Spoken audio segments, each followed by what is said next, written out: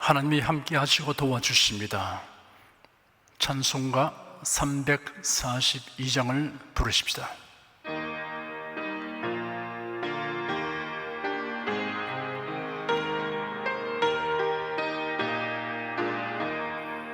어려운 일 당할 때 나의 믿음 적으나 어찌하는 내 주를 더욱 의지합니다. 세월 지나갈수록 의지할 것뿐일세. 아무 일을 만나도 예수 의지합니다. 성령께서 내 맘에 밝히 비춰주시네. 인도하심 따라서 주만 의지합니다. 세월 지나갈수록 의지할 것뿐일세. 아무 일을 만나도 예수 의지합니다. 밝을 때에 노래며 어두울 때에 기도와 위태할 때 도움을 주께 간구합니다. 세월 지나갈수록 의지할 것뿐일세. 아무 일을 만나도 예수 의지합니다. 생명 있을 동안에 예수 의지합니다. 천국 올라가도록 의지할 것뿐일세. 세월 지나갈수록 의지할 것뿐일세. 아무 일을 만나도 예수 의지합니다. 국내 국외 각 가정과 각 처소에서 예배드리시는 성도 여러분에게 우리 주 예수 그리스도의 은혜가 충만하기를 축복합니다. 고린도전서 10장 11절 한 절을 보십시다. 신약성경 275페이지입니다. 고린도전서 10장 11절을 읽어드리겠습니다. 저희에게 당한 이런 일이 거울이 되고 또한 말세를 만난 우리의 경계로 기록하였느니라. 거울과 경계로 기록된 출애굽 관련 사건들, 이러한 제목으로 말씀해 드리겠습니다. 출애굽 기에는 이스라엘 자손들의 40년 광야 생활이 기록되어 있습니다. 그들이 광야에서 겪은 일들의 원인과 이에 대한 대응 결과를 소상하게 알려주고 있습니다. 이를 살펴보는 성도들이 귀중한 교훈을 얻게 하여 줍니다.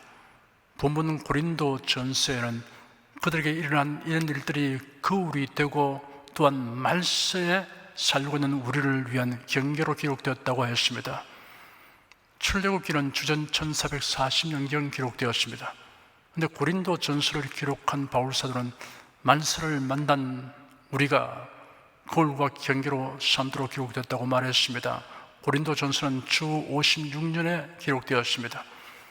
이로 볼 때 여기서 말세란 어떤 한 세대를 가리키는 것이 아님을 알 수 있습니다. 성경에서의 말세란 인류 역사에서 그리스도가 세상에 오셔서 구속사역을 성취하신 때로부터 세상을 심판하시려고 세상에 다시 오시는 때까지의 기간을 의미하는 것입니다. 아브라함에서부터 예수 그리스도까지 2000년이 지났습니다. 성령 강림으로 복음이 온 세계 만민에게 전파되는 교회 시대가 시작되어 현재까지 2000년이 되었습니다. 예수 그리스도의 재림에 관련하여 예언된 징조들을 자세히 살펴보면 현재는 만세의 초기와 중기를 지나 말기이며 말기에서도 마지막에 이르렀음을 알 수 있습니다. 이러한 말세를 살아가는 성도들에게 출애굽기에 기록된 사건들은 매우 귀중하고 중대한 교훈들을 들려주고 있습니다. 그들이 가나안으로 가는 과정에서 겪게 되는 고생과 고통을 두 종류로 나눌 수 있습니다. 이 둘은 완전히 다른 성격을 가진 것입니다. 이러한 사실을 우리가 정확하게 분별할 수 있어야 합니다. 하나는 하나님의 선하신 뜻과 섭리 안에서 경험하는 고생과 고통입니다. 다른 하나는 하나님의 징벌로 인한 고생과 고통입니다. 먼저 살펴볼 것은 하나님의 선하신 뜻과 섭리 안에서 경험하는 고난에 관한 것입니다. 하나님의 돌보심과 권능을 알게 하여 줍니다. 야곱의 12아들 중에 11번째 아들인 요셉이 우여곡절 끝에 30세 대제국 애굽의 총리가 되었습니다. 하나님이 주신 지혜로 7년 풍년에 이어서 7년 흉년이 닥칠 것을 알게 되었습니다. 기근을 대비하여 풍년 기간에 창고를 많이 짓고 식량을 충분히 비축했습니다. 풍년이 끝나고 흉년이 밀어닥쳤습니다. 중건동 지역이 모두 기근에 허덕이게 되었습니다.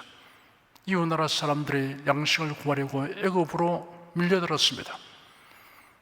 야곱은 아들들에게 애굽으로 가서 양식을 사오도록 지시했습니다. 총리 요셉은 형들을 알아보았으나 자신이 누구인가를 나타내지 않았습니다.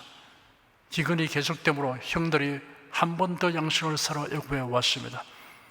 이번엔 요셉이 형들을 따로 불러들여서 그들에게 말하기를, 내가 요셉입니다. 아직도 내 아버지께서 살아 계십니까? 하였으나 그 형들이 그 앞에서 놀라서 대답을 하지 못했습니다. 요셉이 그 형들에게 말하기를, 내게로 가까이 오십시오 하니 그들이 가까이 가자 그가 말하였습니다. 나는 형님들이 애굽에 팔았던 형님들의 동생 요셉입니다. 이제 형님들이 나를 이곳에 판 것 때문에 근심하거나 자책하지 마십시오. 하나님께서 생명을 구하시려고 형님들을 앞서 나를 보내셨습니다. 이 땅에 2해 동안 흉년이 들었으나 앞으로도 5해는 밭가리와 추수가 없을 것입니다. 하나님께서 세상에 형님들의 후손을 보존하시고 큰 구원으로 형님들을 살리시려고 형님들을 앞서 나를 보내셨습니다. 그러므로 이제 나를 이곳으로 보내신 분은 형님들이 아니고 하나님이십니다. 하나님께서 나를 바로의 아버지로 삼으시고 그 온 집안의 주로 삼으시며 애굽 온 땅을 다스리는 자로 삼으셨습니다. 속히 아버지께로 올라가 말씀드리십시오. 아버지의 아들 요셉이 말하기를, 하나님께서 저를 온 애굽의 주로 세우셨으니 저에게 지체 말고 내려오십시오.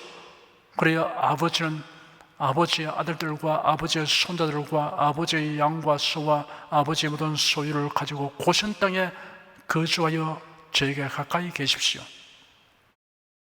아직도 흉년이 5해나 더 있으므로 제가 거기서 아버지를 복량하겠습니다.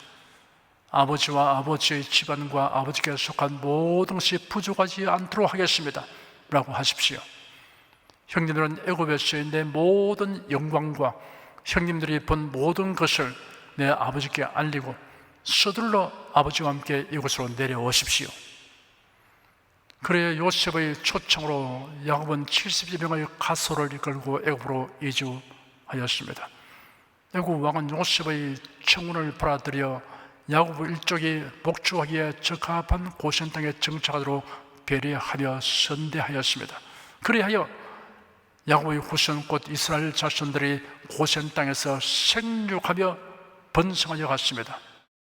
세월이 많이 흘러서 세대가 여러 번 바뀌는 동안 요셉에 대하여 알지 못하는 새로운 왕조가 집권하면서 번성한 이스라엘 자손들을 노예화하였습니다.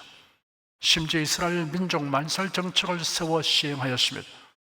그러자 이스라엘 자손들이 고통 중에 하나님께 부르짖으니 하나님께서 모세를 택하여 이스라엘의 영도자로 세우셨습니다.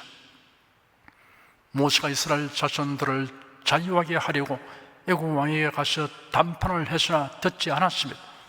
그러자 하나님께서 애굽에 10가지 재앙을 잇따라 내리셨습니다. 드디어 해방의 날이 다가왔습니다.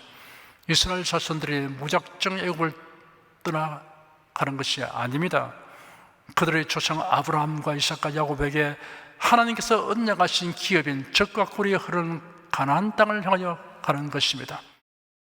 애굽에서 가나안을 향하여 알려진 길로 가면 열흘이면 넉넉히 갈 수 있습니다. 그런데 하나님께서 관여하여 모세가 인도하려고 했던 길이 아닌 광자길로 인도하셨습니다. 광야로 접어들면 길도 좋지 않을 뿐 아니라 물과 식량을 조달할 수 없고, 낮에는 햇빛이 자기를 하고 밤이면 급강하는 기온으로 체온을 유지하기 어려우며 여러모로 고통스럽고 위험하였습니다. 그런데도 하나님께서 광야길로 인도하신 이유가 무엇입니까? 하나님의 선하신 뜻이 있습니다. 그들이 홍해가 가로막힌 곳에 당도여 난감하게 된 상황을 알게 된 애국 왕이 변심하여 군대를 보내어 사로잡아 오려고 하시나 하나님께서 모세를 통해 기적을 행하셔 바다 가운데 길을 내었습니다. 이스라엘 자손들은 모두 무사히 건넜으나 뒤따르는 애국 군대는 모두 수장시키셨습니다. 호전적인 아말렉 족속의 공격에 직면하여 변변한 무기도 훈련된 군사도 없는 형편이지만 여호수아가 장정들을 인솔하여 나가서 맞서 싸웠습니다. 한편으로는 모세가 전장을 바라보며 손을 들어 기도하니 하나님께서 도우셔서 기적적인 승리를 얻게 되었습니다. 하나님께서 이스라엘 자손들을 시내의 산으로 인도하시고 하나님이 그들에게 강림하여 친히 말씀하셨으며 모세를 시내산 위로 부르셔서 율법과 제사법을 주셨습니다. 낮에는 구름 기둥, 밤에는 불 기둥을 보내어 인도하심으로 뜨거운 낮과 차가운 밤으로 인한 해를 입지 않도록 하셨습니다. 하늘에서 만나를 내려 일용할 양식을 공급해 주었습니다. 마른 반석에서 물이 솟아나게 하셔서 필요한 물을 공급하여 주었습니다. 위생시설도 없는 광야 생활에서 200만 명 이상의 사람들과 많은 짐승들 중에 전염병이 돌면 전멸할 터인데 하나님의 특별한 보호를 받았습니다. 이러한 일련의 기이한 사건들은 하나님께서 그들을 광야로 진행하게 하신 뜻을 분명하게 드러내고 있습니다. 이러한 체험들은 그들이 가나안 정복 전쟁과 가나안에서의 삶을 살아가면서 더할 수 없이 보배로운 자산이 되게 하시려는 하나님의 섭리였습니다. 전심으로 하나님을 경외하고 하나님의 주신 법도대로 살아가면 하나님의 특별한 인도와 보호 아래 살게 됨을 뼛속 깊이 체득하게 하시는 하나님의 뜻이었습니다. 다음으로 살펴볼 것은 하나님의 징벌에 의하여 경험하는 고난에 관한 것입니다. 이스라엘 자손들이 하나님의 인도를 순순히 따랐으면 2달 남짓이면 목적지인 가나안 땅으로 진입할 수 있었습니다. 그런데 무려 40년을 광야에서 지내게 되어 많은 고생과 고통을 겪게 되었습니다. 그 원인이 그들에게 있었습니다. 하나님을 향한 불신과 불순종 때문이었습니다. 그들은 하나님과 모세를 향하여 수없이 원망하고 불평했습니다. 하나님이 그들을 광야에서 죽이려고 애굽에서 인도하여 내었다고 원망 불평했습니다. 죽여가는 애굽 군대에 죽임을 당하게 하려고, 목말라 죽게 하려고, 굶어 죽게 하려고, 가나안 백성들과의 전쟁에서 죽거나 포로되게 하려고 한다고 원망 불평했습니다. 모세가 시내산 위에 머무는 동안에 백성들이 심지어 금송아지 우상을 만들어 숭배하였습니다. 그리고 모세와 아론이 계속하여 최고 지도자의 지위에 있는 것에 대하여 불만을 품고 불평했습니다. 그리하여 하나님의 징벌을 받아 40년간 광야 생활을 하게 되었고, 금송아지 숭배에 대한 징벌로 많은 사람이 죽임당하였습니다. 그뿐 아니라 연병으로 죽고 불뱀에 물려 죽고 족장들이 가진 향로에서 불이 나와서 태움받아 죽었습니다. 하나님의 징벌로 인한 고생과 고통은 무의미하는 것입니다. 회개할 것밖에 없습니다. 그러나 하나님의 인도하심을 믿고 순종하는 길에서 겪게 되는 고생과 고통은 신령한 의미가 있습니다. 보배로운 경험이며 자산입니다. 선하신 하나님의 계획과 섭리로 인도하심을 받는 것이기 때문입니다. 설교를 요약 정리해 드리겠습니다. 출애굽한 이스라엘 자손들이 가나안으로 가는 과정에서 겪게 되는 고생과 고통의 성격은 두 종류입니다. 그 일들에 대한 기록은 말씀을 사랑하는 성도들에게 거울과 경계로서 매우 중대한 교훈입니다. 두 종류 중에 하나는 하나님의 선하신 뜻과 섭리 안에서 경험하는 고생과 고통입니다. 다른 하나는 하나님의 징벌로 인한 고생과 고통입니다. 하나님의 선하신 뜻과 섭리 안에서 우리에게 닥치는 일들은 하나님의 자상하신 돌보심과 권능을 배우게 하여 줍니다. 이런 고난을 당할 때 부끄러워하지 말아야 하고 낙심하지 말아야 합니다. 하나님의 징벌로 닥치는 고난은 우리가 하나님의 선하시고 기뻐하시고 온전하신 뜻을 거슬러 행하고 있음을 깨닫고 속히 회개하기를 촉구하는 것입니다. 하나님은 사람이 아니십니다. 하나님께 숨기거나 변명하면 미련한 행위입니다. 성도 여러분, 이 시간 들은 말씀을 마음에 새겨 두십시오. 각종 고난의 이유를 정확하게 분별하는 것과 아울러 올바른 대응을 하는 것은 신앙생활에 대단히 중요한 일입니다. 기도하겠습니다. 이스라엘 자손들의 출애굽 역사에서 하나님의 선하신 뜻과 섭리 안에서 경험하는 고생과 고통과 하나님의 징벌로 인한 고생과 고통을 분별할 수 있는 지식과 지혜를 얻게 됨을 감사드립니다. 하나님의 징벌로 닥치는 고난을 자초한 일이 없도록 할 뿐 아니라 하나님의 선하신 뜻과 섭리 안에서 고난은 부끄러워하지 않고 낙심하지 않고 오히려 소망을 가지고 감내하도록 성령님 도와주시옵소서. 주 예수 그리스도 이름으로 기도드립니다. 아멘. 다 같이 간절한 마음으로 기도하십시다.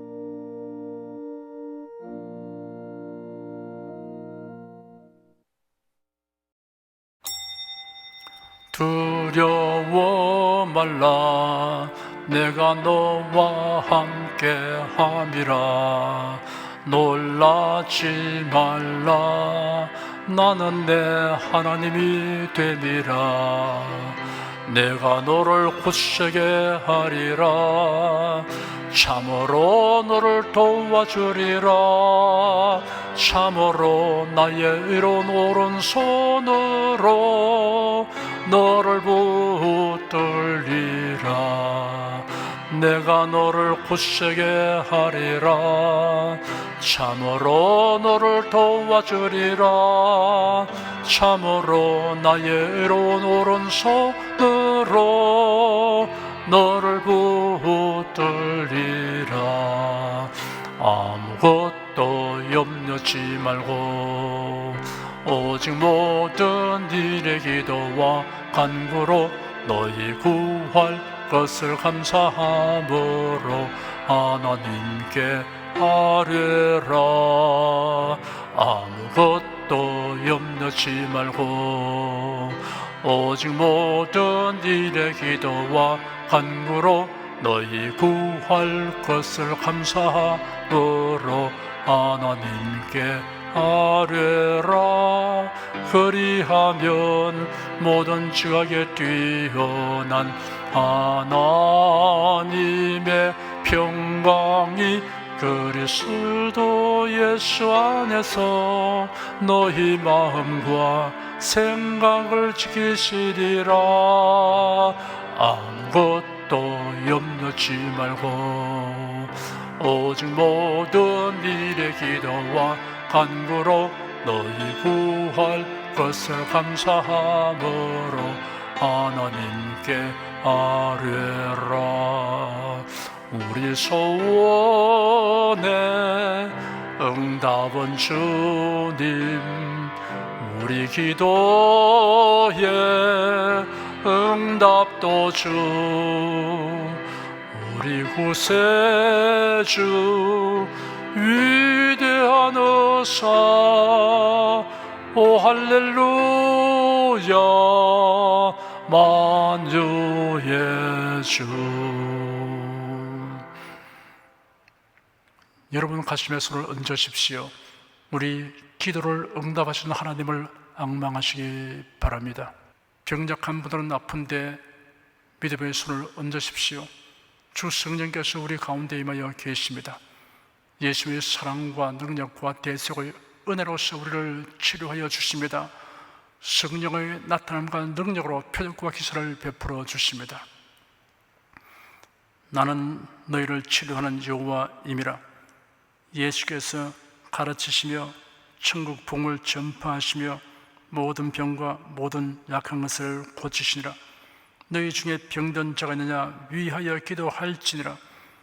믿음의 기도는 병든 자를 구원하리니 주께서 저를 일으키시리라. 병 낫기를 위하여 서로 기도하라. 이러한 성경 말씀에 의거하여 우리가 하나님께 신주를 간구하오니 응답하여 주시옵소서.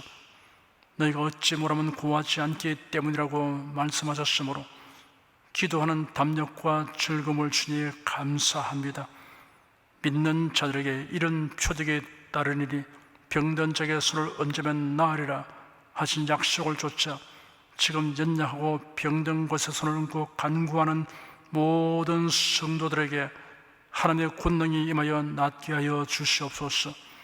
병들어 고통하는 친족과 교우들을 위하여 기도하오니 불쌍히 여기시고 치료하여 주시옵소서. 모든 병과 모든 약한 것을 고치신 예수님께 간구합니다. 상한 몸, 병든 몸을 고쳐 주시옵소서.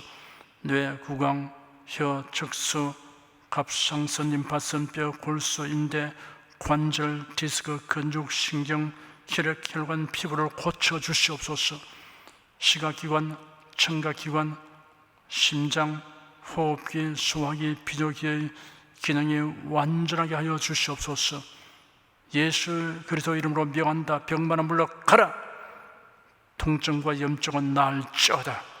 암과 종양은 소멸될지어다. 각종 장애는 치유될지어다. 예수 그리스도 이름으로 명하노라. 지금 낫게 될지어다. 순식간에 나을지어다. 모든 병과 모든 약함은 치유될지어다. 병약의 색은 제거되고 건강하시로 충만하게 될지어다. 신주의 능력이 몸과 마음에 계속 머물러 있게 하여 주시옵소서. 몸과 마음이 마치 외양간에서 나온 송아지처럼 독수리에 날개치며 올라옴 같이 활기차게 하여 주시옵소서. 생활에 다가오는 풍파는 고요하고 잠잠하게 하여 주시옵소서. 모든 일에 항상 모든 것이 능력하여 드리고 베푸는 일을 풍성하게 행하도록 하여 주시옵소서. 슬픈 일을 당한 성도들에게 주님께서 손내밀어 붙들어 주시고 주님의 음성을 들려 주시옵소서. 슬픔보다 더 큰 위로가 임하여 속히 극복하게 하여 주시옵소서. 가정이 평안하고 가족이 모두 독신한 신앙을 가지게 하여 주시옵소서.